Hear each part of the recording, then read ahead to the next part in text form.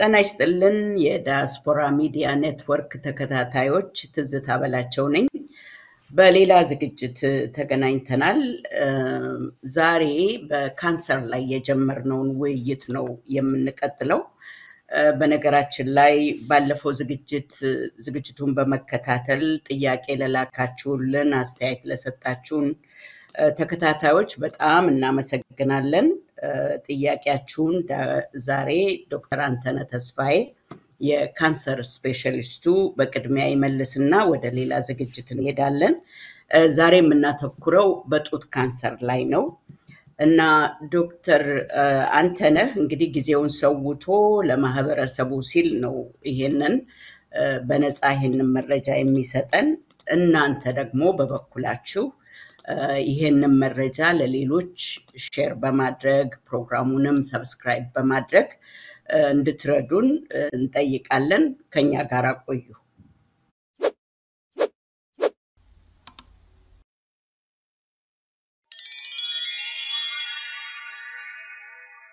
ዶክተር አንተነህ የሜዲካል ኦንኮሎጂስት ወይም የካንሰር ስፔሻሊስት ነው። መጀመሪያ ከጎንደር ዩኒቨርሲቲ ነው በሕክምና ዲግሪ የተመረቀው። ከዚያ በውስጥ ደዌ ስፔሻሊስት ከሚቺጋን ስቴት ዩኒቨርሲቲ እንዲሁም የካንሰርና ሕክምና ስፔሻሊስት ደግሞ ስልጠና ያገኘው ከስመጥሩ የጆርጅታውን ዩኒቨርሲቲ ነው እዚህ ዋሽንግተን ዲሲ የሚገኘው። በሜዲካል ኦንኮሎጂስትነት በዋሽንግተን ሆስፒታል ሴንተር እዚህ ዋሽንግተን ዲሲ ነው እሱም የሚገኘው። እዛም አገልግሏል። በካንሰር ሕክምና መምህርነት ደግሞ ዌን ስቴት ዩኒቨርሲቲ ሚቺጋን ነው የሚገኘው። እዛ አስተምሯል። እንዲሁም ሐዋሳ ዩኒቨርሲቲ አስተምሯል። ዶክተር አንተነህ አሁን ኖቫርቲስ ለተባለ እዚህ ዩናይትድ ስቴትስ ኒው ጀርሲ ውስጥ ለሚገኝ የካንሰር ሬዲዬሽን ቴራፒ ወይም የጨረር ሕክምና ጥናት ዳይሬክተር ነው። ዶክተር አንተነህን ስለ ውድ ጊዜው በጣም በእናንተ ስም አመሰግናለሁ። እና ወደ ጥያቄዎቹ ሊሂድ። ከጥያቄዎቹ አንዷ ያቀረቡት ጥያቄ ጓደኛዬ በጡት ካንሰር በሽታ ተይዛ ሐኪሞች በቀዶ ጥገና ፈውሰዋት ነበር። እናም በ5 ዓመት ውስጥ እንድትመለስ ነግረዋት ነበር። ሆኖም ከዛ በፊት ካንሰሩ እንደገና ተመልሶ መጥቶ ህይወቷ አልፏል። ካንሰር ተመልሶ የሚመጣበትን ምክንያት አስረዱኝ ብለዋል። ዶክተር አንተነህ ይሄንን እንግዲህ ዛሬ ጡት ካንሰር ስለምንወያይ ይሄንን ለዛና ቆየውና ለዛ ጊዜ እንደምትመልስልን ወደ ሌላው ጥያቄ ሊሂድ። ምን ይመስልሃል? በጣም ጥሩ፣ ትክክል ነሽ። እሺ፣ ሌላው ጥያቄ ደግሞ ያነሱት ከምግብ ጋር ተያይዞ ካንሰር ይመጣል ይባላል። ካንሰር የሚያመጡ ምግቦች የትኞቹ ናቸው ነው ያሉት? በዛን ጀምር እስቲ። እሺ፣ ጥሩ፣ በጣም አመሰግናለሁ። ያው ምግብ በአብዛኛው ምግብ ነው ያው ሰውነትን ለሚያስፈልገው ንጥረ ነገር ከመስጠት ያለፈ የመድኃኒትነት አስተዋጽኦ የለውም። አንዳንድ ምግቦች መርዛማ ሊሆኑ ይችላሉ፣ ለጤና ችግር ሊያጋልጡ ይችላሉ። ምንድነው ግን በአጠቃላይ ካንሰርን በተመለከተ በልተነው የካንሰር ህመምን ሊያመጣ የሚችል ምግብ የለም። ያው እንደዚህ ሲባል ያው ጤናማ የሆኑና ያልሆኑ ምግቦች ይኖራሉ። ለምሳሌ የደም ግፊት ላለው ሰው ጨው መብላት የደም ግፊት ችግሩን ያባብሰዋል። የስኳር በሽታ ላለው ሰው ስኳርና ከካርቦሃይድሬት በብዛት የበዛበት ምግብ መመገብ የስኳር ህመሙን ሊያባብሰው ይችላል። እንደዚህ አይነት ምግቦች በካንሰር ህመምና ሕክምና ውስጥ የሉም። በአጠቃላይ ግን የሚመከረው ለሰውነታችን የሚስማማ ለአጠቃላይ ጤናችን ጥሩ የሆነ አመጋገብ እንዲኖረን ነው። ያው ምንም ነገር ከመጠን በላይ ሲሆን ችግር ያመጣል። ከመጠን በላይ የሆነ አንድ አይነት ምግብ መመገብ ሁሉ ጊዜ አንድ ምግብ ብቻ መመገብ የራሱ የሆኑ የጤና እክሎች ያመጣል፣ ግን የካንሰር ህመምን አያመጣም። በምግብ መልኩ የሚተላለፉ ብዙ አይነት የኢንፌክሽን ህመሞች ይኖራሉ። አሁን በምግብ ለምሳሌ ኤች ፓይሎሪ አንድ ኮመን ኢንፌክሽን ነው። ኤች ፓይሎሪ ኢንፌክሽን በምንመገበው ምግብ አማካኝነት ጨጓራችንን ሊያጠቃ ይችላል። ይሄ ምንድነው? ኢንፌክሽን ነው። ስለዚህ ከምግብ ንጽህና ጋር ነው እንጂ ከምግብ አይነት ጋር አይደለም የሚገናኘው። አሁን እንደዚህ አይነት ችግሮች ሲኖሩ ወደፊት በካንሰር የመጋለጥ ፖሲቢሊቲ ሊኖር ይችላል። ግን የሆነ በልተነው ምግብ ሆኖ በልተነው ካንሰር የሚያመጣ ወይም ካንሰርን የሚፈውስ ምንም ነገር የለም። ሶሻል ሚዲያ ላይ ኮመን የሆኑ ነገሮች የአልመንድ ፍሬ መብላት ወይም የኤፕሪካት ሲድ ጁስ መጠጣት፣ የተለያዩ አይነት ምክሮች አሉ። እነኛ ሜዲሲናል ቫልዩ የላቸውም። አብዛኛው መላምት ነው። ወይም ደግሞ አንዳንድ ጊዜ ደግሞ ሰዎች ያነበቡትን ትንሽ ነገር ወስደው ጀነራላይዝ ከማድረግ የሚመጣ ነው። እሺ፣ ወደሚቀጥለው ጥያቄ ልሂድ። እንዲሁ ያለፈውን ፕሮግራም የተከታተሉ ናቸው። ምን ይላሉ? በጥቁር አንበሳ ሆስፒታል የአንደኛና ሁለተኛ ደረጃ ካንሰር ሕክምና አይሰጥም። በጥቁር አንበሳ ሆስፒታል አዲስ አበባ ሶስተኛና አራተኛ ደረጃ ካንሰርን ነው በኪሞቴራፒ እና በጨረር የሚያክሙት። ይሄን እንዴት ትመለከታለህ? ይላሉ። ሌላ እሳቸው ደግሞ መልሰው የሚጠይቁት የሆጅኪን ሊንኮማ ሕክምና ምን ሊሆን ይገባል ይላሉ። ሁለት ጥያቄ ነው የጠየቁት። እሺ፣ ለመጀመሪያው ጥያቄ ያው የካንሰር ሕክምና ምን አይነት መሆን አለበት የሚለውን ለመወሰን የበሽታው መጠን ማወቅ ያስፈልጋል። ያው በአጠቃላይ ስጋዊ ከሆነ አካላችን ላይ የሚነሳው ካንሰር ያው ማለት ሊውኪሚያን ሳይጨምር ማለት ነው። ደረጃው አነስ ሲል ደረጃ 1 ወይም ደረጃ 2 በሚሆንበት ጊዜ በአብዛኛው ቆርጦ ማውጣት ብቻውን በቂ ሊሆን ይችላል። ኪሞቴራፒ ላያስፈልገው ይችላል። የጨረር ህክምና ይችላል። እና አሁን ጥቁር አንበሳ እንግዲህ አሁን ስፔሲፊካሊ አድማጩ ስለሚጠይቁት ጉዳይ ዝርዝሩን ባይኖረኝም ያው የጨረር ወይም የኪሞቴራፒ ህክምና አለመሰጠቱ በዛ ጉዳይ ላይ የዛ አይነት ህክምና አላስፈላጊነቱን ሊያመላክት ይችላል። ግን ይህንን ስፔሲፊክ የሆነውን ጉዳይ በደንብ ለመረዳት ከዛው ካሉ ሐኪሞቹ ጋር መነጋገር አስፈላጊ ነው። ዋናው ነገር ያው ህክምና ሲባል የግድ መድኃኒት መውሰድ ብቻ ላይሆን ይችላል። ህክምናው ክትትልም ሊሆን ይችላል። ከሐኪም ጋር አዘውትሮ መገናኘት፣ በአመት 3 ጊዜ 4 ጊዜ እየተገናኙ የጤና ምርመራ ማድረግም ሊሆን ይችላል። ያው ይህንን አሁን ስለ ጡት ካንሰርም ስንወያይ በተለያየ ደረጃ ላይ ምን አይነት የህክምና አስፈላጊ እንደሆነና በምን አይነት መልኩ ደግሞ በሽተኞች ክትትል ማድረግ እንዳለባቸው እንነጋገራለን። ያ ምናልባት የተሻለ በጉዳዩ ላይ ያለ በተሻለ መልኩ ሊያሳይ ይችላል። እሺ ዶክተር አንተነህ ወደ መጨረሻው ጥያቄ ሄዳለሁ። ሌላዋ ጥያቄ የደም ካንሰር በጊዜ ከተገኘ ይድናል ወይ? አንድ ጥያቄ ነው። ላሚኪያ የሚባል መድኃኒት እየወሰድኩ ነው። ዶክተሬ ቁጥጥር ስር ውሏል፣ ግን መድኃኒቱን መውሰድ ቀጥይ ብላኛለች። ምን ትመክረኛለህ? ይላሉ። እሺ መጀመሪያ ከዚህ ቀድሞም የጠየቅሽኝ አንድ የዘለልኩት ጥያቄ አለ። ሆጅኪን ሊምፎማ ያው በአመጣጣቸው ተመሳሳይነት አላቸው። ያው ሊምፎማ ከፍረንታዊ ስርዓት ከሊምፍ ኖድ በምንለው በእንግሊዝኛ ከዛ ውስጥ የሚመጣ ሰውነታችን የበሽታ መከላከያ አቅም መሰረት አድርጎ የሚነሳ ካንሰር አይነት ነው። ሊውኪሚያ ደግሞ ከደም ውስጥ ነው የሚነሳው። ደም በአጥንት በመቅኒያችን ውስጥ ነው የምንሰራው። ሊውኪሚያ ከዛም የሚመጣ የካንሰር አይነት ነው። ሁለቱም የካንሰር አይነቶች ቀድመው ከተገኙ ገና ሰውነት ውስጥ በደም ህመሙ ሳይሰራጭና ሳይባባስ በፊት ሲገኙ የመፈወስ እድላቸው በጣም ከፍተኛ ነው። አሁን ሆጅኪንስ ሊምፎማን ብንመለከት ያው የሆጅኪንስ ሊምፎማ በአብዛኛው የሚያጠቃው በእድሜያቸው ወጣት የሆኑ ሰዎች ላይ ሊሆን ይችላል። ከ20ዎች ውስጥ ያሉ ሴቶችን ሊያጠቃ ይችላል። ካደጉም በኋላ ደግሞ ከጎለመሱ ከ50 ከ60 ዓመት በኋላ ሊመጣ ይችላል። ኪሞቴራፒ ነው ፕራይመርሊ የሚያስፈልገው።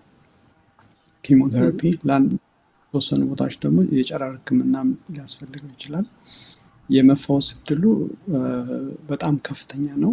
እስከ 80-90% የሚሆኑ በሽተኞች አስፈላጊውን ህክምና በሰዓት ሲያገኙ የመፈወስ እድላቸው በጣም ከፍተኛ ነው። ኪውር ሬቱ እስከ 80-90% ድረስ ይሆናል።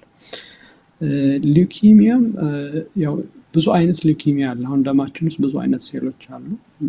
ቀይ የነጭ ደም ሴል፣ የበሽታ መከላከያ አካላት የሆኑ የተለያዩ የነጭ ደም ሴሎች አሉ። ሁሉም የተለያየ አይነት ካንሰር ሊመጣ ይችላል ሊውኪሚያ። ከአድማጩ ጥያቄ የምረዳው ምንድነው ምናልባት ይሄ ሲኤምኤል የሚባል ክሮኒክ ማዮሎጂነስ ሊውኪሚያ የሚባል ወይም ደግሞ ሲኤልኤል ክሮኒክ ሊምፎሲቲክ ሊውኪሚያ የሚባል ከሁለት አንዱ የሆነ የሊውኪሚያ አይነት ነው የሚሆነው። ምክንያቱም እነሱ አሁን የጠቀስኳቸው ሁለት ሊውኪሚያዎች በቀላሉ በኪኒን መልክ በሚጠጥ መድኃኒት የሚታከሙ ናቸው። ምክሬ ምንድነው ይሄ የምናደርገው ውይይት አንደኛ ያው አጠቃላይ ዕውቀትን ለመጨመር ነው። የህክምና ምክር አይደለም። ግን አጠቃላይ ስለ ካንሰር ህመም ያለን ስለ ካንሰር መድኃኒት አጠቃቀም ያለን ግንዛቤ ሲሻሻል ሲደረጅ ያው ከሐኪማችን ጋር የሚኖረን ግንኙነት ያጠነክራል። ህክምናውንም በጥሩ ሁኔታ ለመከታተል ይረዳናል። በዛ መልኩ ነው ነገሩን አንደርስታንድ መደረግ ያለበት። ስለዚህ የኔ ምክር ምንድነው ከሐኪሞት ጋር የሚኖሩትን ክትትል ይቀጥሉ፣ መድኃኒቱንም ሐኪሞት እንዳዘዘው አድርገው ይወስዱ ነው። የምናደርገው ለማንኛውም አይነት ውይይት በጭንቅላታችን ልንይዘው የሚያስፈልግ መረጃ ነው። ይሄ ምክሩ አጠቃላይ ምክር ነው እንጂ ስፔሲፊክ እንደዚህ በሽታ ሲኖር እንደዚህ አድርጉ የሚል ምክር አይደለም። እና ግንዛቤን ለማዳበር በዛ መልኩ እንያዘው። ግንዛቤ ማዳበር፣ ዕውቀትን መጨመር እና ከሐኪም ጋር የሚኖረን ውይይት ማሻሻል ይረዳል እንጂ ቀጥታ የህክምና ምክር አይደለም። እሺ ዶክተር አንተነህ በጣም አመሰግናለሁ። ወደ ሌላው ዝግጅታችን እንግዲህ ወደ ጡት ካንሰር በጥልቀት ከመግባታችን በፊት አንድ ማስታወቂያ እንስማ። ያሳቸው ጎዳና ትውስታውን ይመልሱ። ቅንጡ አፓርትመንት ለጥቂት እድለኞች በ10% ቅድመ ክፍያ መዋዋል የሚችሉት ባለ 1 መኝታ በ693000 ብር ቅድመ ክፍያ፣ ባለ 2 መኝታ በ946000 ብር ቅድመ ክፍያ፣ ባለ 3 መኝታ በ1.2 ሚሊዮን ብር ቅድመ ክፍያ። በ3 ዓመት የሚረከቡት የሚያምር የከተማ እይታ ያለው ለመኖሪያ ለኢንቨስትመንት ተመራጭ ቦታ አስበልጠው ሲከፍሉ የ25% ታላቅ ቅናሽ ያገኛሉ። የምንዋዋለው በኢትዮጵያ ብር ስለሆነ ምንም አይነት ዋጋ ግሽበት አያሳስቡትም። አንድ ህንጻ ብቻ ስለሆነ ሳይት ለማየት ፈጥነው ይደውሉ። ለበለጠ መረጃ በ0979 44 00 44 ወይም በ0939 44 00 44 ይደውሉ። እሺ ተመልሰን መጥተናል። ተመልካቾቻችን እንዳልኩት ስለ ጡት ካንሰር ነው እንግዲህ ከዚህ ቀጥሎ ዶክተር አንተነህ በጥልቀት የሚያስረዳን። እስቲ በቅድሚያ እንግዲህ እንደገና እንመልከተው ካንሰር እንዴት እንደሚመጣ፣ መምጫው ምንድነው፣ የካንሰር ሴል ባህሪያትስ ምንድናቸው? እኔ ከሰጠህን መረጃ እንዳየሁት ከሆነ የካንሰር ሴል ልክ እንደ መጥፎ አረም እንደማለት ነው። ምንድነው አዝርዕት ላይ ጋራ የሚበቅል መጥፎ አረም ተደጋግሞ ይበቅላል። ያን ጤናማውንም አዝመራ ያጠቃል። ለመከላከልም በጣም ከባድ ነው። እንደዛ አይነት ባህሪ እንዳለው ነው የተረዳሁትና እስቲ አንተ መጀመሪያ የካንሰር አመጣጥ ምንድነው? ለምንድነው ካንሰር የሚይዘን የሚለውንና የሴሎቹን ባህሪ ያስረዳል። በጣም ጥሩ። ያው የካንሰር በሽታ ያው ባለፈው ጊዜም ስንነጋገር ትንሽ ለመጠቆም እንደሞከርኩት ከሰውነታችን የሚመጣ በሽታ ከውጭ አይደለም የሚመጣው። አንደኛው ትልቁ መሰረታዊ ግንዛቤ እሱ ነው። ከራሳችን የሰውነት ሴሎች ነው የሚመጣው። የተወሰኑ የሰውነት ሴሎች ሁልጊዜም ጉዳት ይደርስባቸዋል። ጉዳት ሲደርስባቸው ሰውነታችን ያስወግዷቸው በጤናማ ሴል ይተካቸዋል። አሁን የካንሰር ህመም ሲጠነሰስ ያለው አንደኛው ችግር ምንድነው? እንደዚህ ጉዳት ደርሶባቸው ስፔሻሊ ደግሞ የጄኔሪክ ማቴሪያሉ ላይ ጉዳት የደረሰበት ሴል፣ ጄኔሪክ ማቴሪያል ማለት በአማርኛ ዘረመል የምንለው ዲኤንኤ ማለት ነው። እዛ ላይ ጉዳት የደረሰበት ሴል መወገድ ሲኖርበት ግን ሳይወገድ ይቆያል። ከጊዜ ብዛት ደግሞ ተጨማሪ የዲኤንኤ ዳሜጅን እዛ ሴል ላይ ሊኖር ይችላል። አት ሳም ፖይንት ግን ምንድነው ይሄ ሴል ባህሪውን መቀየር ይጀምራል። ባህሪውን መቀየር ማለት ምንድነው? ኖርማሊ ያው እንግዲህ የሰውነታችን ሴል በኖርማል የህይወት ዑደት ውስጥ ያለው መሰረታዊ የባህሪያት አሉ። እነኚህም ባህሪያት ይቀየራል። አሁን ከነኛ አንደኛው ባህሪያት ምንድነው? አሁን ለምሳሌ ከጉበት ውስጥ ያለ አንድ ሴል ጤናማ ሴል የጉበት የሚያደርገውን ስራ ነው የሚሰራው፣ ሌላ ነገር አይሰራም። አሁን እነኚህ ሴሎች ወደ ካንሰርነት ሲቀየሩ አሁን ከጉበት ከሆነ የተነሳው ጉበት የሚሰራውን ስራ ሳይሆን ምንም ስራ የማይሰራ ሴል ይሆናል። አንደኛው የካንሰር ሴል ጸባይ አንደኛው እሱ ነው። የተነሳበትን አካል ስራ የማይሰራ ሴል ነው የሚሆነው። አሁን ከጡት ውስጥ የሚነሳው የካንሰር ሴል ጡት ውስጥ እያደገ ግን የጡት ሴሎች መስራት ያለባቸውን ስራ አይሰራም። አንደኛው ይሄ ነው። ሁለተኛው ነገር ደግሞ ምንድነው? እያንዳንዱ ሴል የራሱ እድሜ አለው። የተወሰነ ጊዜ ኖሮ ከዛ በኋላ ይሞታል፣ በሌላ ሴል ይተካል። የካንሰር ሴሎች ይህን ጸባይ ያጣሉ። ያ ማለት ምንድነው? እድሜያቸው ረጅም ሊሆን ይችላል አንደኛ ከኖርማል ሴሎች የበለጠ። ይሄ ደግሞ ጉዳት ይኖረዋል፣ ምክንያቱም ሰውነት መቆጣጠር አይችልም እነሱም ማለት ነው። ሌላ ደግሞ ምንድነው? ለምሳሌ ጡት ውስጥ ያለ ኖርማል ሴል እዛው ጡት ውስጥ ነው የሚቀመጠው። ቦዝኖ ሌላ ቦታ አንጎል ውስጥ እጄ እዛ ልኑር አይልም። ያ ማለት ምንድነው? ጡት ውስጥ የተነሳ የካንሰር ሴል ይህንን ባህሪ ያጣና ከጡት ውስጥ ወጥቶ ሌላ ቦታ መሄድ ይፈልጋል። ይህን እንዴት ነው የሚያደርገው? አንደኛ ደም ስር ውስጥ ይገባና ተጉዞ ሌላ አዲስ ኮሎኒ ለምሳሌ ጉበት ውስጥ ወይም ሳምባ ውስጥ ይመሰርታል። እንግዲህ ሜታስታሲስ ወይም ስርጭት የምንለው አንዱ ይሄ ነው እና በደረሰበት ቦታም አዲስ ኮሎኒ መስርቶ እንደገና ይኖራል። ከዛ ደግሞ የኖርማል ሴሎች በአጠቃላይ እንግዲህ በተለያየ ሰውነታችን አካል ላይ ማየት ይቻላል። ይሄ አክቲቭሊ ሰውነታችን እያደገ ካልሆነ ለምሳሌ ከህፃን ልጅ ወደ አዋቂነት ሲያድግ ሰውነቱ መጠኑ እየጨመረ ይሄዳል አይደለም? ግን አንድ ጊዜ እድገታችንን ስንጨርስ የሰውነታችን መጠን ከመጠን ያለፈው ውፍረት ካልመጣ በስተቀር አይቀየርም። የጉበት መጠኑ ተመሳሳይ ነው ወይም የጡት መጠኑም ተመሳሳይ ነው። ምክንያቱም ሰውነታችን እድገቱን ይቆጣጠራል፣ ከመጠን በላይ ያለፈ እድገት እንዳይኖር ማለት ነው።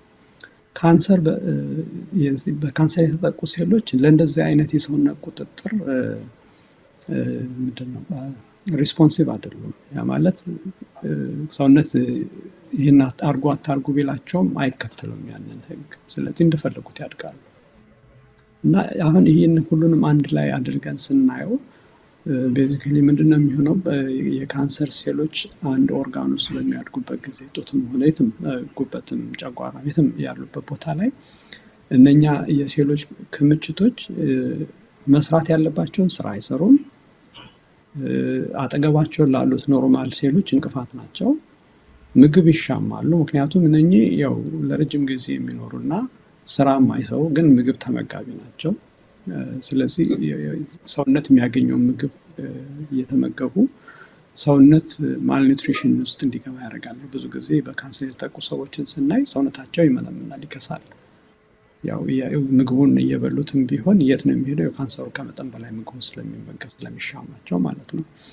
ከዛ ደግሞ ከአንድ ቦታም ረግቶ አይኖሩም እነኚህ ሴሎች፣ ከቦታ ቦታም ስለሚሰራጩ በበሽታው ዑደት ላይ ፕሮሰስ ላይ መጀመሪያ ከተነሳበት ቦታ በሰውነት ውስጥ በተለያየ ቦታ ተዘዋውሮ ተሰራጭቶ ሰውነት ስራውን እንዳይሰራ እንቅፋት በመሆን እና ሰዎችን ለተለያዩ የህመም ስሜቶች በመዳረግ ህይወት ይቀጥፋል።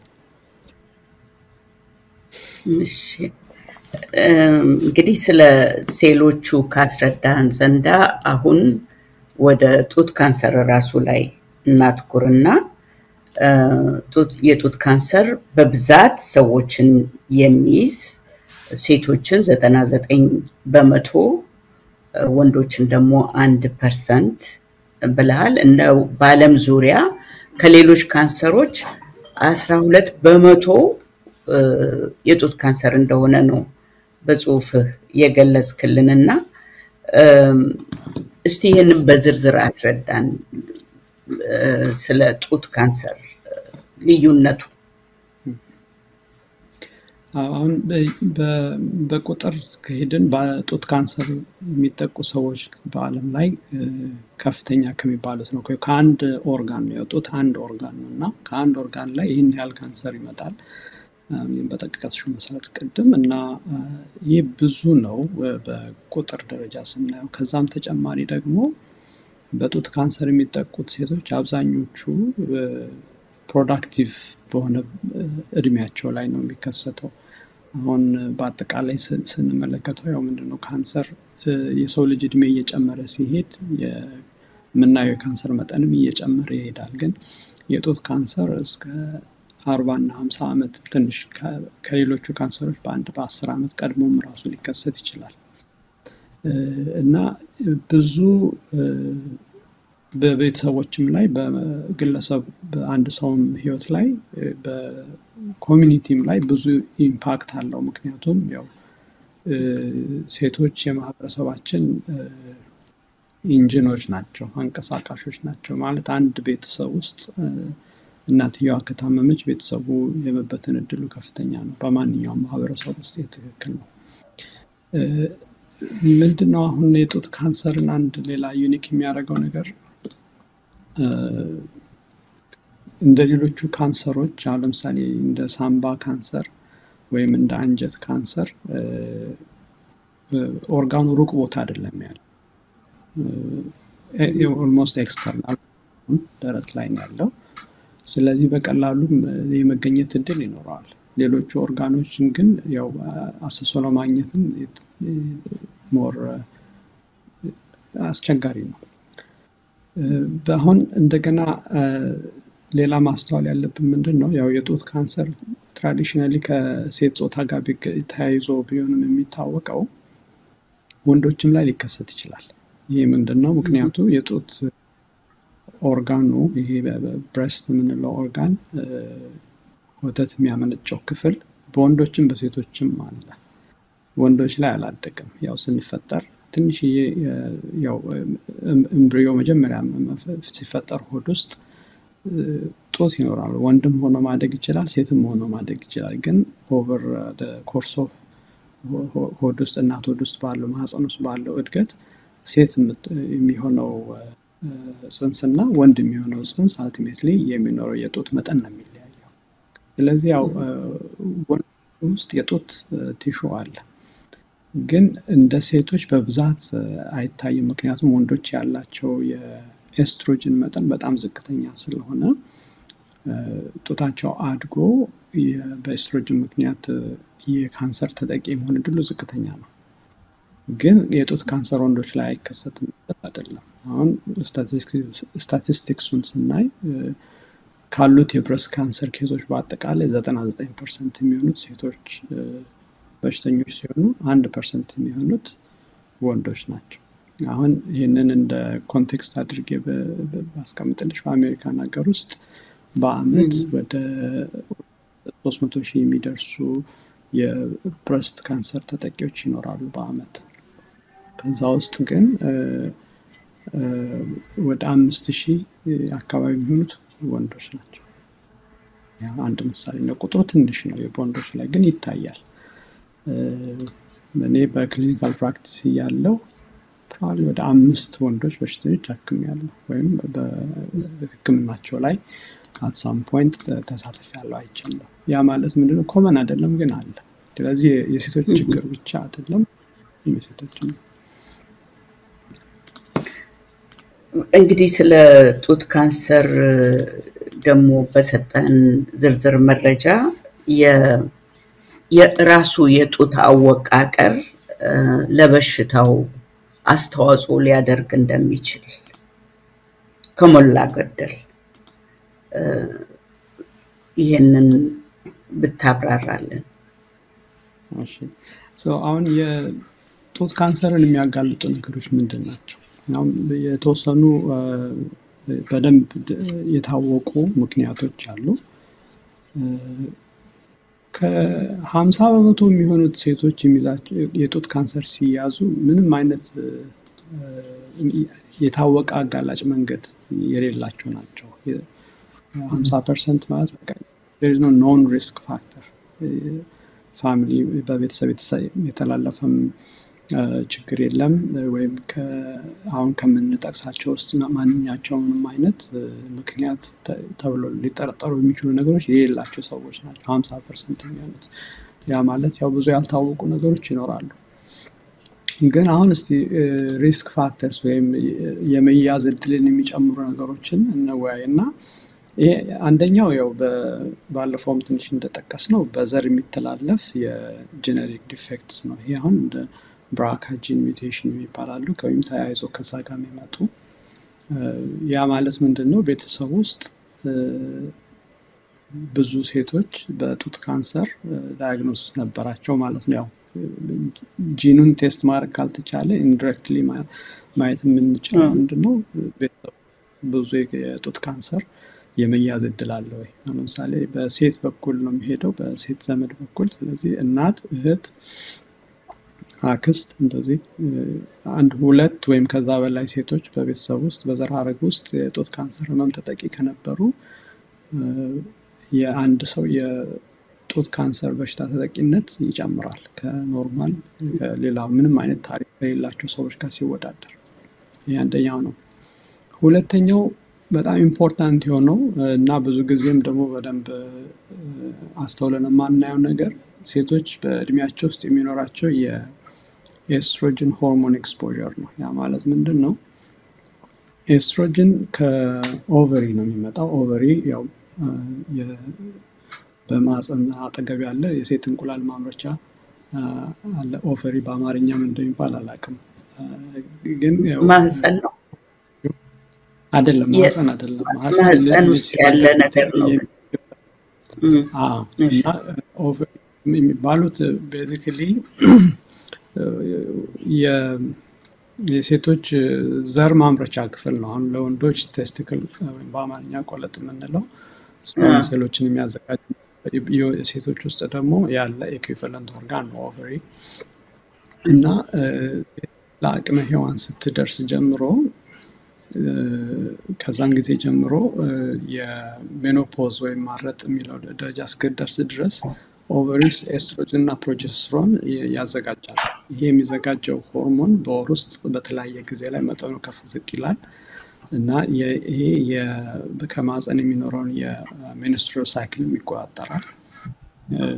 እና ኤስትሮጅን በሰውነት ውስጥ የሚኖረው ምን ያህል ሌቭል ኦፍ ኤስትሮጅን የኤስትሮጅን መጠኑ ምን ያህል ነው፣ መቼ ነው የሴት ልጅ ጡት ወይም ገላዋ ለኤስትሮጅን ኤክስፖዝ መሆን የጀመረው እና ለምን ያህል ጊዜ ኤክስፖዝድ ነው ቆየ የሚል ይሄ ትልቅ ፋክተር ነው።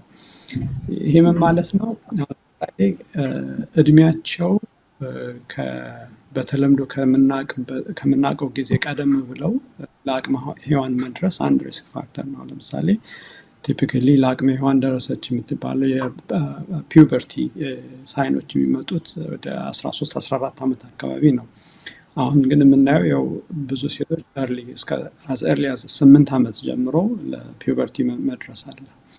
ያ ማለት ምንድነው? የዛች ልጅ ጡት ለኤስትሮጅን ያለው ኤክስፖዠር ከ8 ዓመቷ ይጀምራል ማለት ነው። ከዛ ደግሞ መቼ ነው የኤስትሮጅን መጠን የሚወርደው? ይሄ የሚወርደው ያው ቤዚካሊ የሜኖፖዝ ፔሪየድ ሲደርስ ነው። ማረጥ የምንለው ጊዜ ቲፒካሊ 40ዎቹ መጨረሻ ነው፣ 45 እስከ 48 ባለው ጊዜ። ግን ያው ኑሮ እየተመቸ ሲመጣ ይሄ ሊረዝም ይችላል እስከ ሚድ 50s እስከ 50ዎቹ። ይሄ ማለት ምንድነው? በጡት ላይ የሚኖረው የኤስትሮጅን ኤክስፖዠር ይጨምራል። ሌላኛው ነገር ደግሞ የጡት ኤስትሮጅን መጠን ኤክስፖዠር የሚጨምረው ደግሞ እርግዝና እና ጡት ማጥባት። አሁን ባለፈውም ትንሽ ጠቅሼው ነበር። ይሄንን በተለያዩ ምክንያቶች በተለያዩ የላይፍ ቾይስስ ወይም የካልቸራል አመለካከቶች ሴቶች የልጅ የሚወልዱበትን ጊዜ ሲያቆዩ ጡታቸው ለኤስትሮጅን የሚኖረው ግላጭ ኤክስፖዠር ይጨምራል። ከዛ ደግሞ ጡት ማጥባት ልጅ ከተወለደ በኋላ ጡት ማጥባት ለኤስትሮጅን ያለውንም ኤክስፖዠር ይቀንሳል። አሁን በሞደርን ሶሳይቲ ውስጥ የምናየው ምንድነው? ያው ልጆችን ለመውለድ ጊዜውን ያው ፑሽ ፈርቲሊቲ ያው ትምህርትን ለመማር ስራ ካሪየርን ስታብሊሽ ለማድረግ በተለያዩ ምክንያቶች። ሁለተኛው ነገር ደግሞ ያው ከስራም ጋር ስለማይመች ብዙ ሴቶች ጡት ሳያጠቡ ልጃቸውን ያሳድጋሉ በፎርሙላ ማለት ነው። እነኚህ ሁሉ አንድ ላይ ተደምሮት ችግር ምንድነው? ጡታቸው የሚኖረው የኤስትሮጅን ኤክስፖዠር ይጨምራል። ስለዚህ የብሬስት ካንሰር ሪስኩ ሲግኒፊካንትሊ ይጨምራል በእነኚህ ምክንያቶች፣ በኤስትሮጅን ኤክስፖዠር ምክንያት። ሌላው ደግሞ የጡት ዴንሲቲ ነው። ጡት ዴንሲቲ ያው እንግዲህ ያው ሜዲካል ዲስከሽን እና ያው በተለምዶ ጠበቅ ያለ ጡት በብዙ ሴቶች ተመራጭ ነው። ዘፋኞቹም ስለ ጠበቅ ያለ ጡት ነው የሚዘፍኑት እና ስለዚህ ትንሽ ካውንተር ኢንቱዊቲቭ ሊመስል ይችላል። ግን የጠበቀ ጡት የሚጠብቅበት ምክንያት ሲጀመር ያው የኤስትሮጅን ግላጭ ሲጨምር ነው። ኤስትሮጅን ጡትን ያጠነክራል። ሁለተኛ ነገር ደግሞ ናቹራሊም ሲወለዱም ጡታቸው ጠበቅ ብሎ የሚወለዱ ሰዎች አሉ። እንደዛ አይነት ጡት ኖርማሊ በብሬስት ካንሰር የመጋለጥ እድሉ ከፍ ይላል እና ከዛም ተጨማሪ ደግሞ ከሪስኩም ተጨማሪ ካንሰር ጠበቅ ያለ ጡት ውስጥ ፈልጎ ማግኘት ትንሽ ይከብዳል። ስለዚህ ማሞግራፍ ብቻም በቂ ላይሆን ይችላል፣ ኤምአርአይ ሊያስፈልግ ይችላል። ያው እንግዲህ ጡት ያልጠበቀም ብሎ ለተከፉ ሰዎች እንደ መጽናኛም ሊሆን ይችላል፣ ምክንያቱም የብሬስት ካንሰር ሪስኩ ይቀንሳል። ሌላው ደግሞ ምንድነው? ያው ብዙ የተወሰኑ ሴቶችም ጡት ላለማጥባት የሚወስኑበት ምክንያት ያው ጡት እንዳይወድቅ በሚል ምክንያት ነው። ግን ብሬስት ፊድ ማድረግ ህፃናትን ጡት ማጥባት የብሬስት ካንሰር ሪስክን የመቀነስ ፖቴንሻል አለው። ስለዚህ እሱ ይመከራል። ተጨማሪም ደግሞ ጡቱን ቢወድቅ ያው የብሬስት ካንሰር ሪስኩ ነው አብሮ ይወድቃል። ስለዚህ ያው it's a good point to take ከዚህ ላይ። እሺ ዶክተር አንተነህ እንግዲህ አሁን መምጫዎቹን እነኚህ የተፈጥሮአዊ መምጫዎች ናቸው። ነገር ግን ለምሳሌ ከመጠጥ፣ ከሲጋራ፣ ከእንዲህ አይነቶች እና እስቲ መምጫዎቹን ሌሎቹን ደግሞ እኛ ልንቆጣጠራቸው የምንችላቸውን መምጫዎች ግለጽልንና ወደ ሌሎች ጥያቄዎች እናልፋለን። በጣም ጥሩ። አሁን እነኚህ ያው አብዛኞቹ ያው ከሰውነታችን አፈጣጠር ወይም ደግሞ ከዘር ሐረጋችን ጋር የተያያዙ ጉዳዮች ናቸው። በአጠቃላይ እኛ የምንቆጣጠራቸው ነገሮች ብለን ልንጠቅሳቸው የምንችላቸው የበሽታ ሊያጋልጡን የሚችሉ ነገሮች አንደኛው ያው ከመጠን ያለፈው ውፍረት ነው።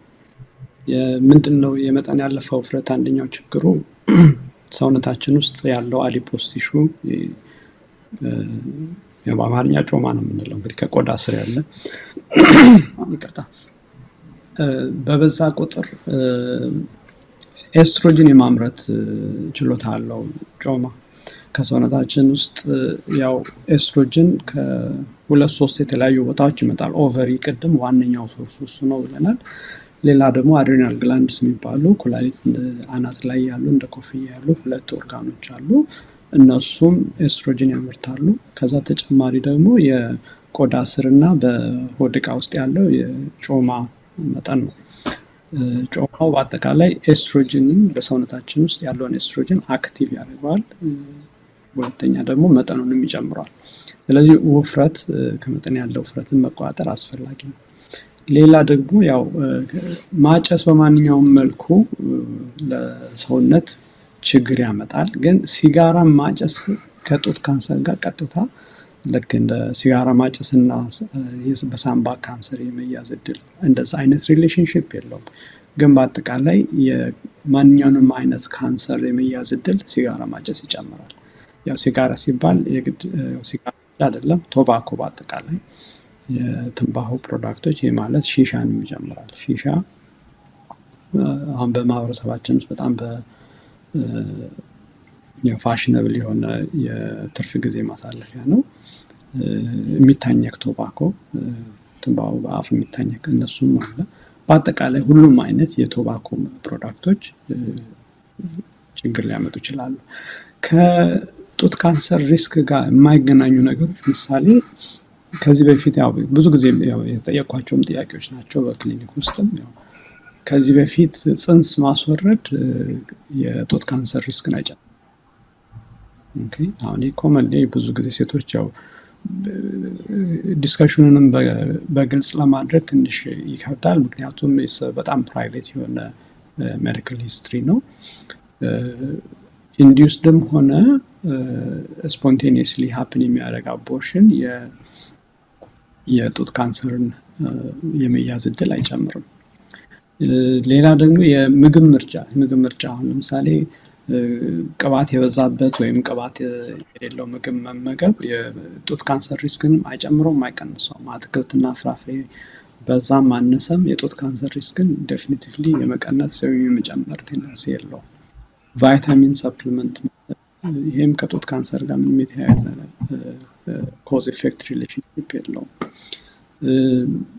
አሁን በቅርብ ጊዜ ያው በብዙ ሶሻል ሚዲያ ላይ ብዙ ሰዎች የሚሉት አንድ ነገር አለ። ምንድነው ያው ኬሚካል ያለው ወይም አሉሚኒየም ትራይኦክሳይድ የሚባል ግብአት ያለው የላብ ማድረቂያ መጠቀም የጡት ካንሰር ሊጨምር ይችላል። ዴፊኒቲቭ የሆነ ነገር የለም። አሉሚኒየም በጣም ኮመን ነገር ነው። አብዛኛዎቹ የምንመገብባቸው ምግቦች የሚሰሩት ምንድነው ኩክዌሩ አብዛኛው አሉሚኒየም ይኖረዋል እና አሉሚኒየም ታውቂያታችን ውስጥ ማስወገድ ከባድ ሊሆን ይችላል። ግን ያንን ዲኦድራንት መጠቀም የጡት ካንሰር ሪስክን ይጨምራል የሚል ዴፊኒቲቭ የሆነ ኤቪደንስ የለም። ያው አንደኛው ምንድነው ዲኦድራንቱን የምንጠቀመው ብብታችን ውስጥ ነው፣ ጡት አጠገቡ ነው ያለው። ስለዚህ እዛ ጋር ጡት ካንሰር ከመጣ ያው ዲኦድራንቱ የሆነ ችግር አምጥቶ ሊሆን ይችላል የሚል ያው አሶሲዬሽን ነው፣ የቦታ አሶሲዬሽን ነው። ግን ዴፊኒቲቭ የሆነ እንትን የለም፣ አሶሲዬሽን የለም። እንደዚህ ጤና ጎዳና ሊያመጣ ይችላል ብሎ ለሚፈራ ሰው አለመጠቀም ይቻላል። አማራጮች ስላሉ አሉሚኒየም የላቸው አክቹዋሊ አሁን ሞር ፖፑላር ሆነዋል።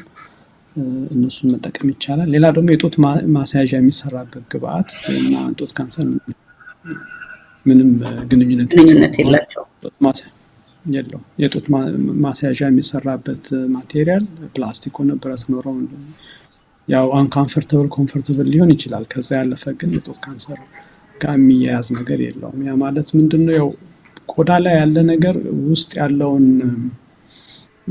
ቲሹ አፌክት አያደርገውም አንለስ ሬዲዬሽን እንደዚህ አይነት በሰውነት አልፎ ቢገባ ጨረር እንደዛ አይነት ነገር እያወራን ካልሆነ በስተቀር ጡት ላይ የሚቀመጠው የጡት ማስያዣ ከቆዳ ውጭ ያለው ነገር ጡት ውስጥ ያለውን ህመም ፕሮሰስ አይቀየርም።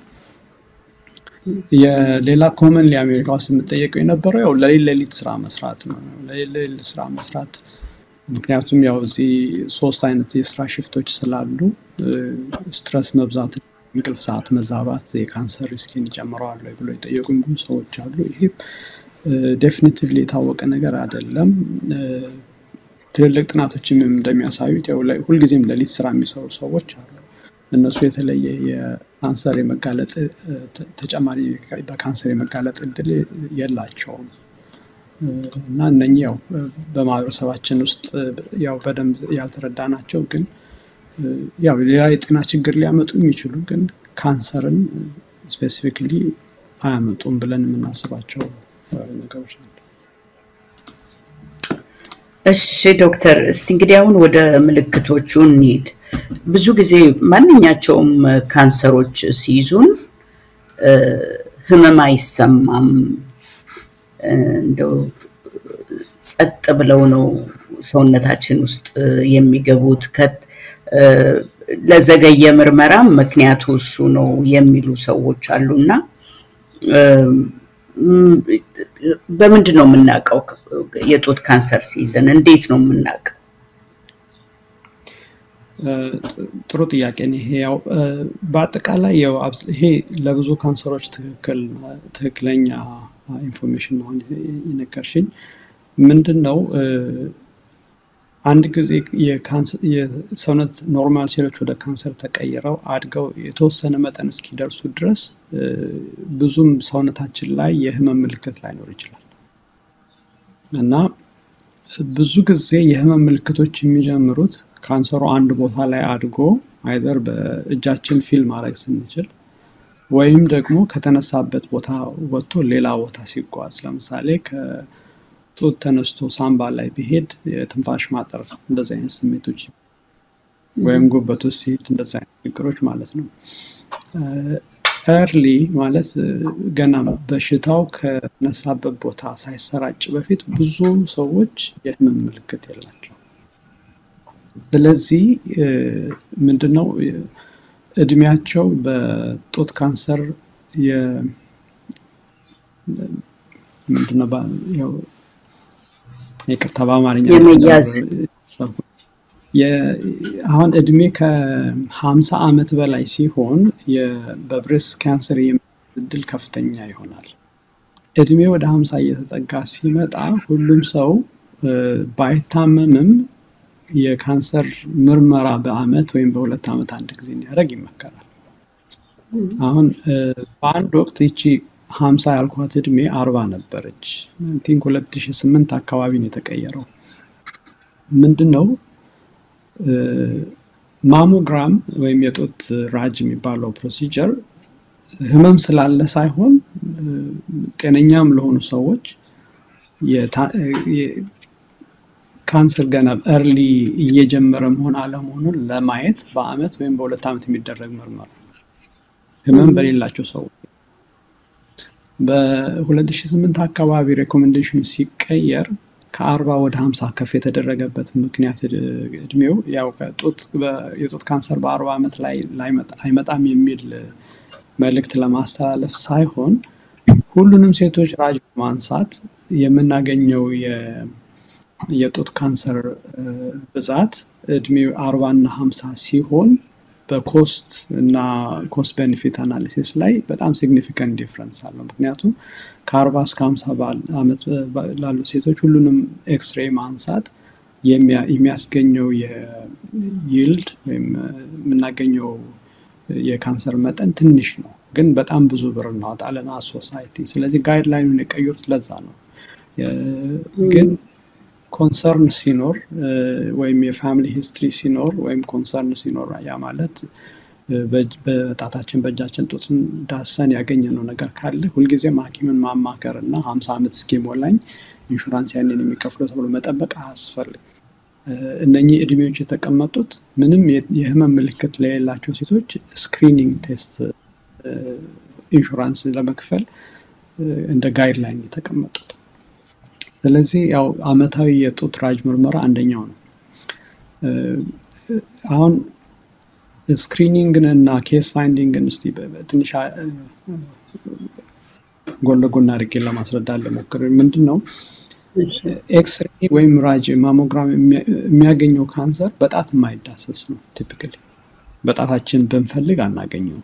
ያ ማለት ምንድነው በጣም ትንሽ ሆኖ በኤክስሬይ ማየት ስንችል እናገኘዋለን። ግን አመታዊ የጡት ራጅ ምርመራ ሳይደረግ ሲቀርና ሌትስ ሴይ አንድ ሴት በጡት ካንሰር እየተጠቃች ከሆነ ያ እያደገ ሲመጣ መጠኑ 3-4 እጥፍ ከጨመረ በኋላ በጣቷ ፊል ታደርገዋለች። ኦኬ አሁን እሱንም ደግሞ ካልተደረገ አሁን በተወሰነ ጊዜ ጡቷን ማታጀቡ ከሆነ ያ ካንሰር አድጎ ወይ ቆዳዋን አፌክት ሲያደርገው የቆዳ እብጠት ሲኖር ወይም ደግሞ ከጡቷ ወደ ሌላ ሰውነቷ ሲሰራጭና ህመም ስሜት ሲፈጠር ያኔ ሊሆን ይችላል የምታውቀው። ስለዚህ የመፈወስ እድሉ እየቀነሰ ነው የሚሄደው። በሽተኛዋም ካንሰር ህመም የሚኖራት ከሱ ጋር ተያያዥነት ያለው የህመም ስሜትም እየጨመረ ነው የሚመጣው እና ብዙ ጊዜ አሁን በማህበረሰባችን የምንሰማው ምንድነው ገሊት እንደዚህ ታማ ከ3 ወር በኋላ ሞተች ይባላል ወይም ከ6 ወር ህክምናም ለመከታተል በቂ ጊዜ አይኖርም። ምክንያቱም በሽታው ያገኘው በጣም ስር ከሰደደና ከተባባሰ በኋላ እና ስክሪኒንጉ አስፈላጊ የሚሆነው ይሄ በዚህ ጊዜ ነው። ምክንያቱም አንደኛ ህመሙ ስር ሳይሰድ እንይዘዋለን፣ ሁለተኛ ነገር ሰውነታችንም ጤናው ገና አልተቃወሰም። ስለዚህ ህክምናውን ለመከታተል በቂ ጊዜ አለ። ግን ዶክተር አንተ እሺ ቀጥል። ይቅርታ ከዚህ ተጨማሪ ያው የጤና መታወክ ሲኖር መጠኑ የበሽታው መጠን ጨምሮ ከሆነ በሰውነት ውስጥ ከተሰራጨ የተለያዩ አይነት የህመም ስሜቶች ሊኖሩ ይችላሉ። አሁን ለምሳሌ የጉበት ላይ ካንሰር የተሰራጨ ከሆነ ምግብ ፕሮሰስ ማድረግ አለ፣ የምግብ ፍላጎት መቀነስ፣ ክብደት መቀነስ፣ ድካም፣ ህመም፣ ሆድ ህመም፣ አይን ቢጫ መሆን ሊኖር ይችላል። ሳምባ ላይ ከተሰራጨ የትንፋሽ ማጠር፣ ሳል መብዛት፣ እንደዚህ አይነት ህመም ስሜቶች ሊኖሩ ይችላሉ እና ያው በሽታው በተሰራጨበት ቦታ ላይ የሚፈጥራቸው ሌሎች ተጨማሪ ችግሮች ሊኖሩ ይችላሉ። እንደዛ የሚሆን ግን ካንሰር በዛ መልኩ ግን ሲገኝ ትልቁ ችግር ምንድነው? በሽታው ተሰራጭቷል፣ የመፈወስ እድሉ ዝቅተኛ ነው፣ የበሽተኛ አቅም ተዳክሟል። ስለዚህ የነኚህ የሶስቱ ኮምቢኔሽን ለጥሩ የህክምና አውትካም ያው የሚያዘጋጅ አይሆንም። ወደ ኋላ ልመልስህና ዶክተር አንተነ ለዚህ ለማሞግራም እድል የሌላቸው ሴቶች አሉ እና ብዙ ጊዜ ሐኪሞች ስትመክሩ መሰማው ቀደም ብለህም ጠቀስ አድርገዋል አንተ በወር አንዴ ጡታችንን በመዳሰስ የሚነቃነቁ ኢቲ የማይነቃነቅ ወይ የሚነቃነቅ ኢቲ መፈለግ እና ከዛ ወደ ሐኪም ሄድ እሱን ብታብራራልን። ምክንያቱም ብዙ ሴት እድል የለውም ለማሞግራም። በጣም ጥሩ። አሁን ያው ብዙ መታየት ያለባቸው ነገሮች አሉ። ያው በመዳሰስ ብቻ ውስጥ ጡት ውስጥ ያበጠ ነገር መፈለግ ሳይሆን ያው የሚታዩ ነገሮች አሉ። የመጀመሪያው ያው ሁሉም ሴት ሊያውቀውና ሊለማመደው የሚገባው ነገር ኖርማሊ ሁሉም ሰው ጡቱ ምን እንደሚመስል ሊያውቅ ይገባል። ሰውነቱ አካላቱ ምን እንደሚመስል ኖርማሊ ማወቅ ያስፈልጋል። ይሄ ለምንድነው የሆነ ነገር ትክክል ሳይሆን ሲቀር በቀላሉ መለየት ይቻላል። አዲስ ነገር ሲገኝ ለማወቅ ይቻላል። ትክክል። ስለዚህ አንደኛው ነገር ምንድነው ትልቅ መስታወት ፊት ቆሞ በጥሩ ብርሃን ሁሉም ሴቶች ጡታቸው ምን እንደሚመስል ሊያውቁት ያስፈልጋል። አንደኛ። ሁለተኛ ነገር ምንድነው የሚታየው? አሁን ያው ያበጠ መፈለግ አለ፣ ግን ያበጠ ማግኘት ደግሞ ጡት ውስጥ ማግኘት ከባድ ነው። ምክንያቱም የጡት ቴክስቸር የተለየ ነው። የሁሉም ሰው የጡት ቴክስቸር ይለያያል እና ብዙ ሴቶችም ጡታቸውን ውስጥ ማግኘንም ቢሉ ማስ ላይኖር ይችላል። ምንድነው አሁን ቅድም ያልኩት ነው። ኖርማሊ ጡት የጡት ቴክስቸር እንዴት እንደሆነ በራሳቸው ጣት ነካክተው ማየት አስፈላጊ ነው። ይሄ ጡት በወር አበባ ዑደት ጊዜ ላይ የሚላላበት ጊዜ አለ። በዛ ጊዜ ላይ ነው መሆን ያለበት፣ ልክ የወር አበባ ከጨረሱት በኋላ። ከዛ ኒፕል አቀማመጡ እንዴት ነው? አሁን ኒፕል የጡት ጫፉ ኖርማሊ እንዴት እንደሆነ ካወቁ ከዛ ሲቀየር ያው ይሄ ነገር ትክክል አይደለም ብለው ሐኪም ቤት መሄድ ይቻላል። አሁን የኒፕል ፖዚሽን አለ።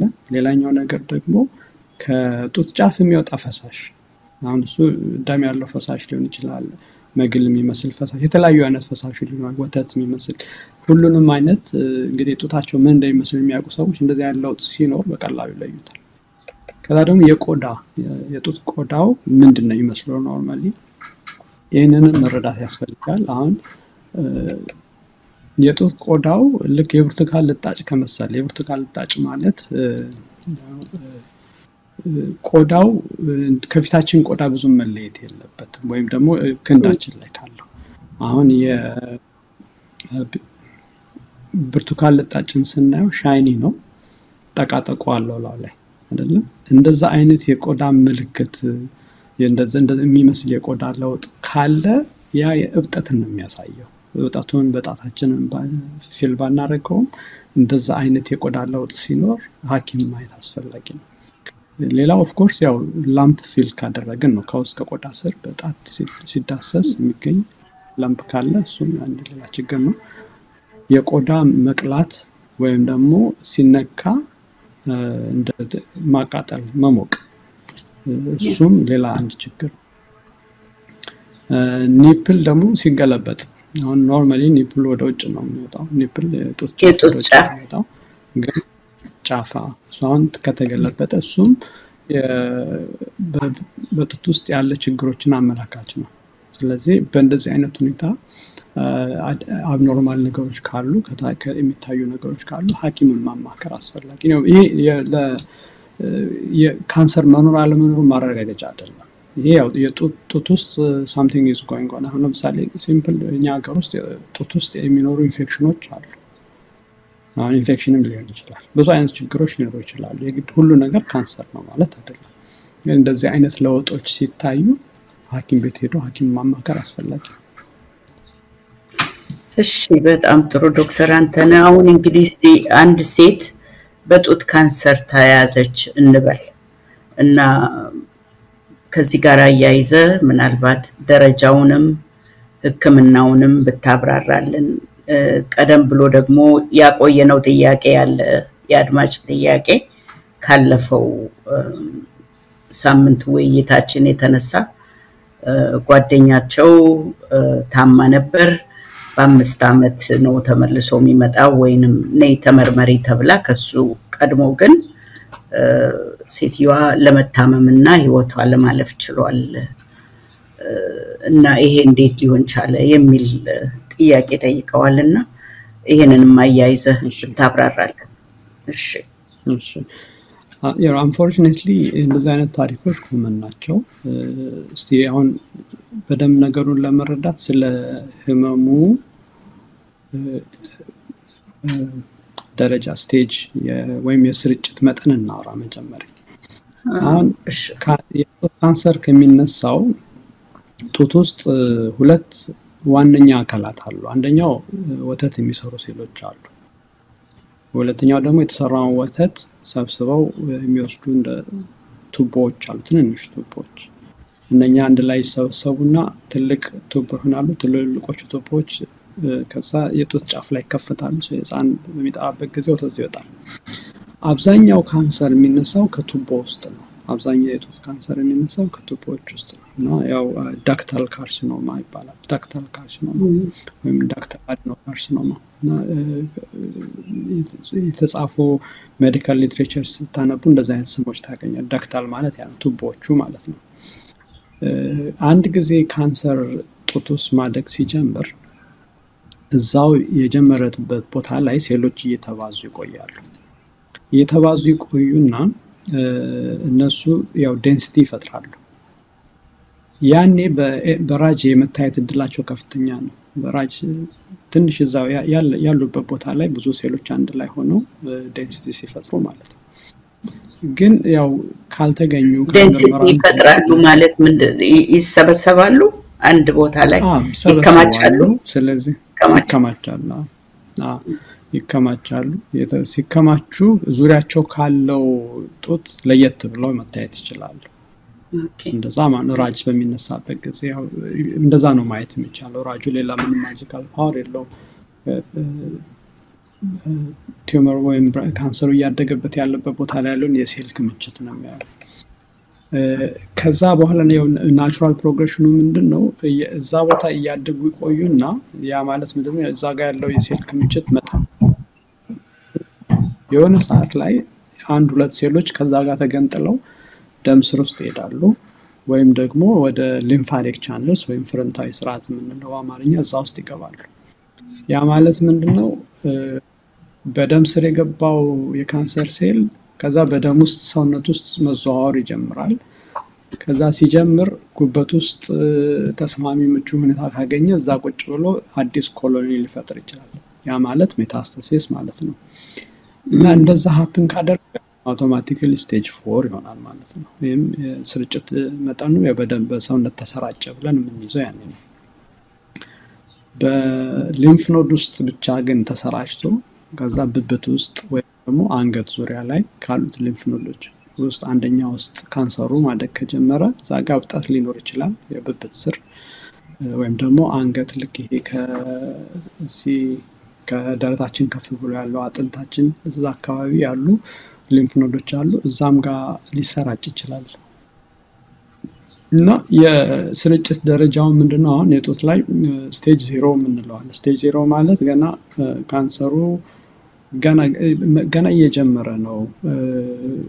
ራሱን ገንጥሎ አንዱ ሴል ራሱን ገንጥሎ ሌላ ቦታ መሄድም ገና የማይችልበት ደረጃ ማለት ነው። ስቴጅ 1 የሚባል አለ፣ ትንሽ ከፍ ብሏል፣ ግን ስቲል እዛው ጡት ውስጥ ብቻ ነው ያለው። ወደ ሊምፍ ኖዶች ውስጥም አልገባም። የመጠን ልዩነት ነው 0 እና 1። 2 በሚሆንበት ጊዜ ደግሞ ከተነሳበት ቦታ ወደ ሊምፍ ኖድ ሄዷል። አንድ እንደዛ አይነት ሊምፍ ኖድ 3 4 ሊምፍ ኖድ ውስጥ በሚሄድበት ጊዜ 3 ስቴጅ ስርጭት መጠኑ ይጨምራል። ከዛ በደም ስር አድርጎ ደግሞ ወይ ሳምባ ወይ አጥንት ወይ ጉበት ውስጥ ደግሞ የስርጭት መጠኑ 4 ይሆናል። አሁን ደረጃው ይሄ ነው። የመፈወስ እድሉን ስናይ 0 ያው ይፈወሳል። ማድረግ የሚያስፈልገው ያን ያለበትን ቦታ ቆርጦ ማውጣት ነው። 1ም ይፈወሳል፣ 2 እና 3ም ይፈወሳሉ። ግን አሁን ምንድነው 2 እና 3 ላይ ሊምፍ ኖዶች ፖዚቲቭ ናቸው። ያ ማለት የተወሰኑ የካንሰር ሴሎች ካንሰሩ ከጀመረበት ቦታ ላይ ራሳቸውን ገንጥለው ሌላ ቦታ ተጉዞ ሄደዋል። ስለዚህ አሁን ያን ቆርጠን ብናወጣም ራሱ የተረፈ የካንሰር ሴል ሰውነት ውስጥ ይኑር አይኑር ማወቅ አይቻልም በእርግጠኝነት። ስለዚህ እነኚህ የተረፉት የካንሰር ሴሎች በሚቀጥለው 5 እና 10 ዓመታት ውስጥ ራሳቸውን አደራጅተው የሆነ ጊዜ ላይ አድገው የሆነ ቦታ ልናገኛቸው እንችላለን። ስቴጅ 4 የሚባለው ካንሰር ያው ተሰራጭቷል ሰውነት ውስጥ። ስለዚህ ጡት ላይ ያለውንም ካንሰር ቆርጦ ማውጣት ሰውነት ውስጥ ያለውን ካንሰር አያጠፋው። ስለዚህ ይሄ ምንድነው? ያው ህክምና ኮንቲኒዩስሊ በመስጠት በሽታውን መቆጣጠር ነው እንጂ መፈወስ አይቻልም። አሁን ከአድማጭ የመጣው ጥያቄ ቅድም ምንድነው? የካንሰር ህክምና ተሰጠ፣ ሰርጀሪ ተደረገ፣ ከዛ ለ5 ዓመት ያህል ክትትል አድርጊ ተብሎ የ5 ዓመት ቀጠሮ። እርግጠኛ አይደለሁም ጥያቄው ትክክል እንደዛ ከሆነ፣ ግን ያው ከ5 ዓመት ቀድሞ ተመልሶ ነው የመጣው። ከ5 ዓመት በኋላ በፊት በኋላ አዎ ነው 5 ዓመት ሳይደርስ በሽታው ተመልሶ መጣ እና ሴትዮዋን ኮመን ሲቹዌሽን። አሁን ምንድነው ለምንድነው ካንሰሩ የሚመጣው የሚለው ትልቁ ጥያቄ አሁን ቅድም ያልኩት ነው። ስቴጅ 1ም ሆነ ስቴጅ 2 ስቴጅ 3 ጡት ውስጥ ያለ ላምፕ አለ። ላምፕ ማለት ያው ልባጭ ካንሰሩ እዛ ላይ አብጧል። ከዛ ደግሞ የተወሰኑ ሴሎች ከዛ ወጥተው ሌላ ቦታ ተጉዘዋል። አሁን የት እንዳሉ ሰውነት ውስጥ እነኚህ ሴሎች ስለሆኑ በእርግጥ ማወቅ አይቻልም። ይሄ ችግሩ ምንድነው? የቱ ጋር እንዳሉ ካልታወቀ ለህክምና መስጠትም አንዳንዴ ይከብዳል። ስለዚህ ምንድነው የሚደረገው? አሁን ለስቴጅ 1 እስከ 3 ላሉት የጡት ካንሰር በሽተኞች መጀመሪያ ላይ በቀዶ ህክምና የተገኘው የታወቀው ጡት ውስጥ ያለው ካንሰር ተቆርጦ ይወጣል። ከዛ በኋላ ግን የሚሰጥ መድኃኒት አለ ማንኛውም የተረፈ የካንሰር ሴል ሰውነታቸው ውስጥ ካለ እሱን እንዲገድል ማለት ነው። ለተወሰኑ ሴቶች ኪሞ ይላል። ኪሞ አንዳንዴ ከሰርጀሪም ቀድሞ ሊሰጥ ይችላል። ያው ሰርጀሪውን ከጡት ውስጥ ተቆርጦ የሚወጣውን አካል ለማሳነስ። ስለዚህ ያ ምንድነው ጡት ሰርጀሪ ሲሰራ ዲስፊገር ሊያደርግ ይችላል። ዲስፊገር ማለት የጡት ቅርጹን መጠኑን በጣም ሲግኒፊካንትሊ ሊያዛባ ይችላል። ስለዚህ ይሄንን ለማሳነስ ተቆርጦ የጡት አካል ለመቀነስ ኪሞ ቀድሞ መስጠት ሊያስፈልግ ይችላል።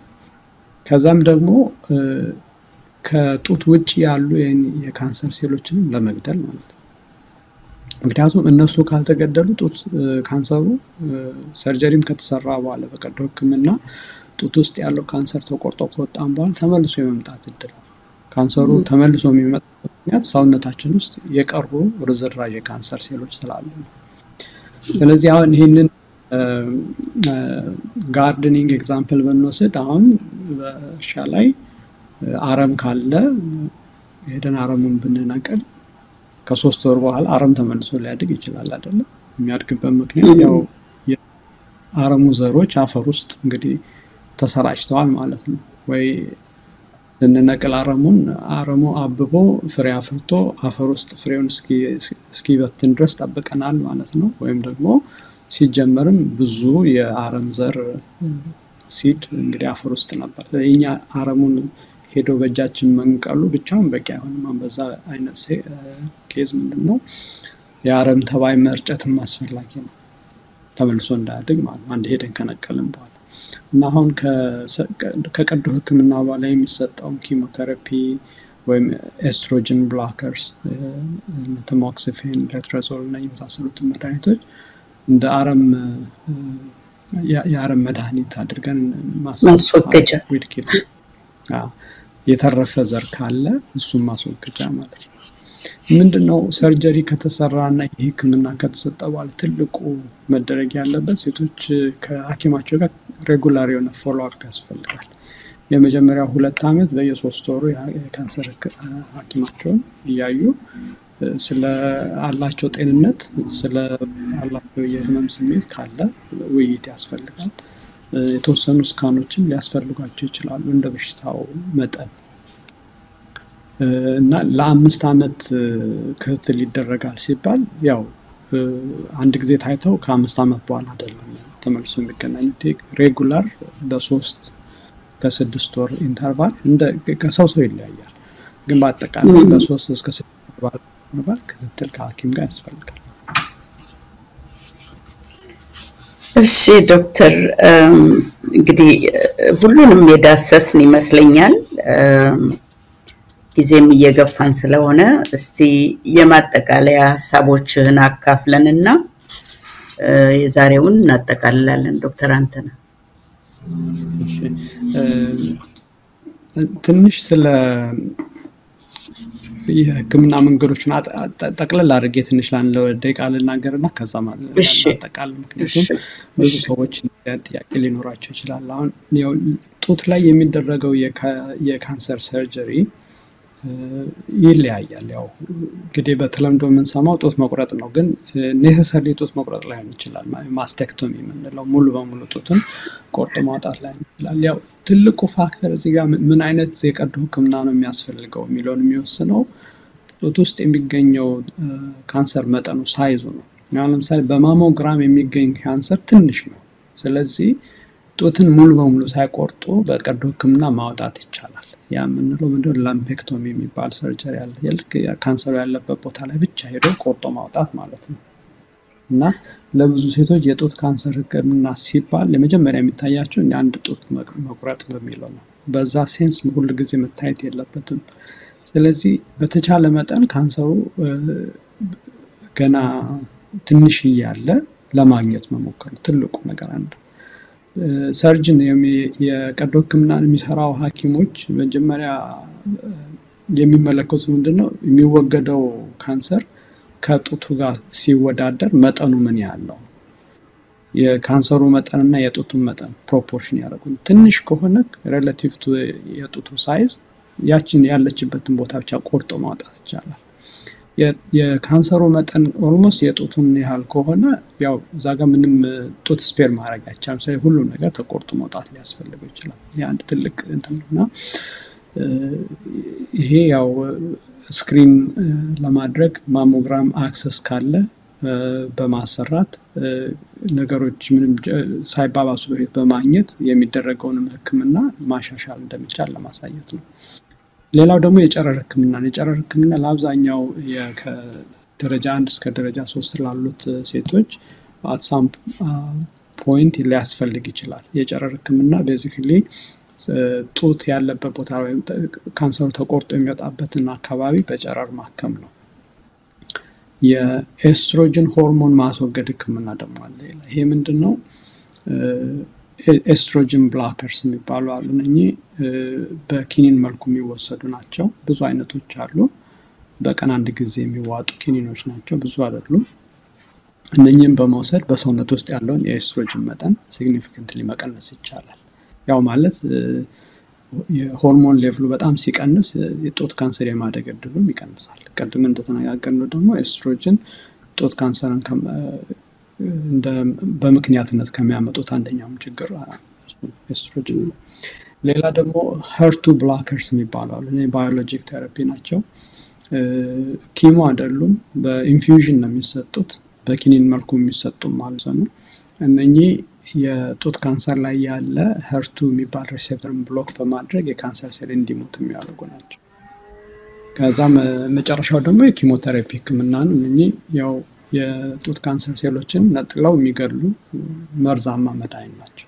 እነኚህ ቲፒካሊ ለበሽተኞች በሚወስዷቸውም ጊዜ ሳይድ ኢፌክት ያላቸው ማቅለሽለሽ፣ ፀጉር መመለጥ፣ የተለያዩ ተመሳሳይ ችግሮች ሊያመጡ ይችላሉ እና በሳይድ ኢፌክት ከሌሎቹ መድኃኒቶች ሞር ሲሪየስ የሆነ ሳይድ ኢፌክት ያላቸው ቢሆኑም ግን በሽታውን በማከም ግን ብቃት አላቸው እና እነኚህን አማራጮች ከሐኪም ጋር በመወያየት ለእያንዳንዱ በሽተኛ የሚሰጠው ሕክምና ለሌላ ሰው ከሚሰጠው አንድ አይነት አይደለም።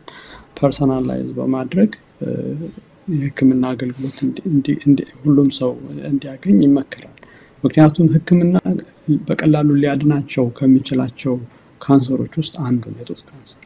የጡት ሕክምና ዶክተር አንተነህ እንግዲህ ካነሳኸው ነጥብ ከ1 በመቶ የሚሆኑት ወንዶችም በጡት ካንሰር ይያዛሉ ብለሃልና ሕክምናው ከኤስትሮጂኑ በስተቀር ተመሳሳይ ነው ወይስ ለወንዶች የተለየ ነገር አለ?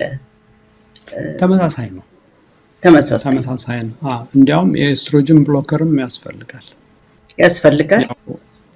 እሱም ያስፈልጋል። ያው ወንዶች ብዙ ኤስትሮጅን ባይኖራቸውም ኢንትረስቲንግሊ ሰውነታችን ውስጥ የመጠን ጉዳይ ነው እንጂ ሁለቱም ሆርሞኖች አሉ። ሴቶች ውስጥም ቴስቶስትሮን አለ፣ ኤስትሮጅንም አለ። ግን ያው ሲወዳደር ኤስትሮጅን እና ፕሮጀስትሮን በመጠን ከቴስቶስትሮን የበለጠ ነው።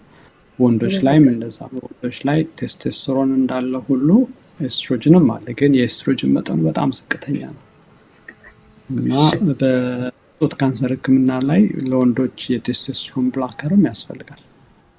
ያው ኪሞቴራፒ፣ ሰርጀሪ፣ ጨረር እንዳለ ሁሉም ተመሳሳይ ነው። ያው ዋናው ነገር ምንድነው? ወንዶች ላይ የጡት ካንሰርን ማግኘት ከባድ የሚያደርገው ኮመን ነገር አይደለም። ግን ሀፕን ሲያደርግ ያው ድራማቲክ ነው። ጡት ስለሌላቸው ወንዶች ያው ዛጋ ትንሽ ሩዲመንታሪ ብሬስትን ያለው ምንም አይነት አብኖርማሊቲ ሲኖር ሐኪም ጋር የሚሄድ እድላቸው ከፍተኛ ነው። ዶክተር እንግዲህ ያልጠየቁት ነገር ካለ የምትጨምረው ካለ እዚህ ላይ ለማጠቃለያ እናርግና እንሰናበታለን። እሺ አይ ቲንክ ብዙ አስፈላጊዎቹን ጥያቄዎች ሁሉንም ጠይቀሽኛልና ግን ያው በአጠቃላይ ማስታወስ ያለብን የጡትን ካንሰርም ሆነ ማንኛውንም አይነት ካንሰር ገና ሰውነት ውስጥ ሳይሰራጭ ማግኘት ሁሌም ተመራጭ ነው። ምክንያቱም ሕክምናውም ይቀላል፣ ሕክምናውም ደግሞ ተከታትለው ከበሽታው መፈወስ እድሉም ከፍተኛ ነው። ስለዚህ በተገኘው አጋጣሚ የቅድመ ምርመራ ማድረግ በሚቻልበት አጋጣሚ ማድረግ አስፈላጊ ነው። ሐኪም ሬኮመንድ ካደረገ ደግሞ ያው እዚህ በዚህ በዌስተርን ካንትሪስ ላለን የሀገራችን ሰዎች ትልቁ ምክር ምንድነው? ሐኪም እንደዚህ አድርጉ ብሎ ምክር ሲሰጥ አይ አልፈልግም ማለት አስፈላጊ አይደለም። ምክንያቱም በሽታውን የግድ እስክንታመም የምንጠብቅ ከሆነ በሽታው ውስጣችን አድጎ ለማከም ዲፊከልት በሚሆንበት ጊዜ ላይ ነው የምናውቀው። ያ ደግሞ ለአውትካሙ ጥሩ አይደለም፣ ለራሳችን ጤናም ጥሩ አይደለም። ስለዚህ በተገኘው አጋጣሚ ሁሉ ቅድመ ምርመራ ለማድረግ ዝግጁ ነው። እሺ ዶክተር አንተነህ ተስፋዬ ኦንኮሎጂስት የካንሰር ስፔሻሊስት፣ ስለ ውድ ጊዜ በጣም እናመሰግናለን። በሌላ የካንሰር ርዕስ ደግሞ ተመልሰን እንዲሁ ማህበረሰቡን እንደምታስተምርልን እርግጠኛ ነን። እንግዲህ ውድ ተመልካቾች እዚህ ላይ ዝግጅታችን ይጠቃልላል። ሼር ማድረግ እንዲሁም ደግሞ ሰብስክራይብ ማድረግ አትዘንጉ፣ ለሌሎች አዳርሱ። ጥያቄ ወይም አስተያየት ካላችሁ 5126774634 በመደወል አስቀምጡልን። ስለተከታተላችሁን እናመሰግናለን። ትዝታ ባቸው ነኝ። መልካም ቆይታ።